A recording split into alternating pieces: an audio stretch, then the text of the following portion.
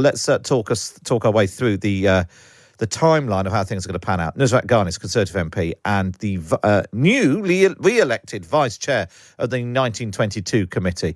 Morning. Good morning. Re-elected, so re-adopted back Newly, on. exactly. Newly re-elected, covered all bases. Yes, you're back, which is the important thing. So explain for people just exactly what is happening and when. So today, candidates can put forward the nominations up to 6 p.m. So candidates have to have a proposer, a seconder, and 18 other colleagues. So they need 20 MPs basically nominating them in total. Those nomination forms have to be handed to us, the executive of the 1922.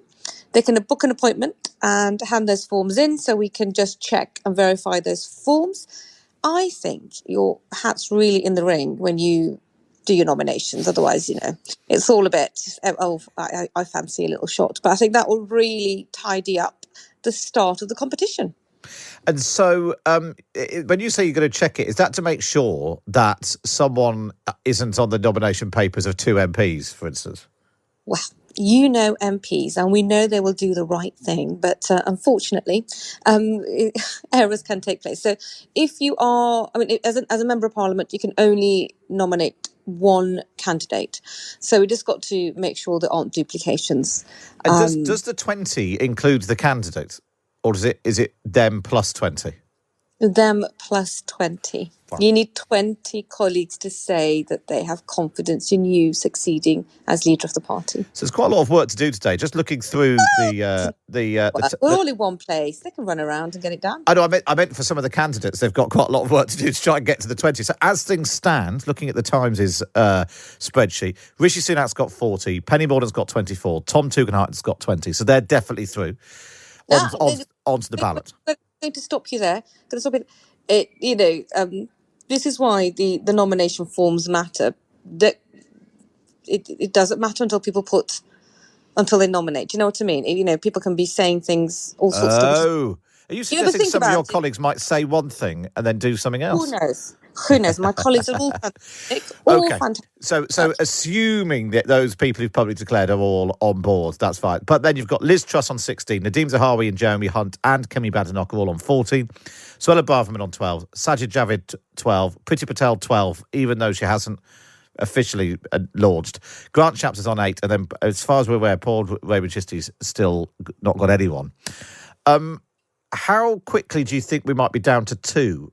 What's the sort of time scale, do you think, to get down to 2? I think we've kind of stress tested all the scenarios, and we're hoping we'll be down to 2, as soon as it takes. But fundamentally, we're looking at next week because the House rises next week, and we want to be able to get our bit done and dusted, before the House rises, and then we will hand over to the board and the party to manage and the hustings, which I think there may be about a dozen of them, including online, I believe. So there may be some online hustings too.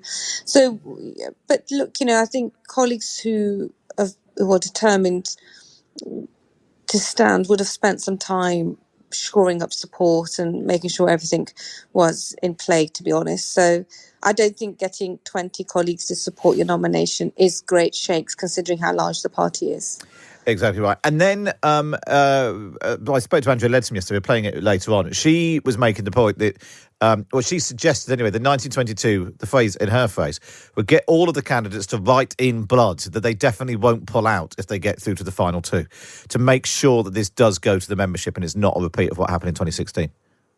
Well, I don't think I can make anybody write in blood. I know the 1922, exactly, the men and the one woman in grey jackets, we have a reputation, but I don't think we're asking for writing in blood. I do believe, as does everybody else on the 22, and the majority, I can't think of anyone in the party who doesn't believe this, we've got to go out to members. And so to go out to members, we need 2 candidates. So we're going to obviously seek assurances that if you are in the final grouping, that you are committed to see this through. And then new Prime Minister new leader named on the 5th. Will Boris Johnson get to do another PMQs in September, or is it his last one next week? No, because I think the 5th is a Monday, so the new leader of the party and the PM can do the first PMQs that week. So it's Boris Johnson's last one next week? Yeah. Very good. It was really good to speak to you. Thank you for talking us through all of that. I know you are scrupulously independent and won't. Will you vote for anyone, or are you just going to? We're allowed to vote, but I think we've made a decision on the executive of the 1922 because we're overseeing the votes this week and doing all the admin.